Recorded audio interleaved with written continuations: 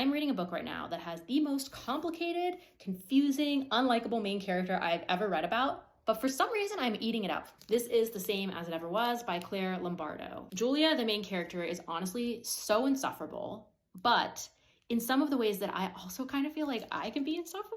I like to think that she's a little bit more narcissistic than me, or hopefully a lot more. And also, caveat that, of course, the cheating part, I do not support that. I'm not interested in that. But a lot of her thoughts about like life and motherhood, I can totally relate to. And I think probably a lot of us can. There are so many points in this story where I'm like, oh, I get it. She doesn't like this. She feels this way about X. But then on the next sentence, it's like, oh, actually, no, she feels exactly the opposite. As I went through this book, I started feeling like, wow, maybe I don't understand this character. But I think that's actually the point of the book. We as humans feel about things in a lot of different ways. We don't always feel 100% positive or 100% negative. And in fact, sometimes our emotions switch back and forth very quickly. Not only is the main character's husband in this book basically my husband, but he's also named Mark, which is honestly just kind of freaky. Let me read you this quote about Julia's Mark, and you'll basically know my Mark. This is what she feared from him. This infuriating, unnuanced optimism. The belief that they'll be able to make everything okay because they have the resources, and because Mark operates with a kind of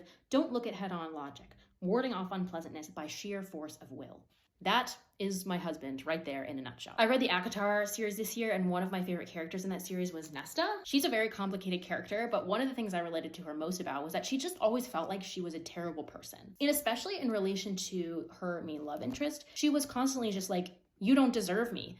I'm really hard to work with. I can be selfish. I can be mean. You are just this nice guy. Why would you want to be with me? That is a huge theme in this book. The main character has these thoughts all the time about how perfect and good her husband is and how he is settling for her. Here's a quote from a scene where they're having a fight with each other. "I love you, Julia," he said. And it bothered her that he was being so nice to her when she'd worked so hard to blow their life apart. That he was being so nice to her when he should have known from day one that she would probably blow their life apart. The writing style in this book is also my favorite kind of writing style. There's a lot of like weirdly obscure details and anecdotes that are added in, which makes it pretty long. This is almost 500 pages. It's not a fast read, and I think some people don't like it for that reason. But for me, I just feel like those details really add depth to the world. I have about 100 pages left of this book, but I think I'm going to give it at least 4.5 stars. I have loved it. I need to go read Claire Lombardo's other book. It's not perfect. Everything in it is a contradiction. Every line immediately goes back on what the previous line said, and I just think that that is so real and true to life. If you like complicated characters that aren't necessarily lovable, then you'll like this book. Also, if you read this and you hate Julia, don't hate me.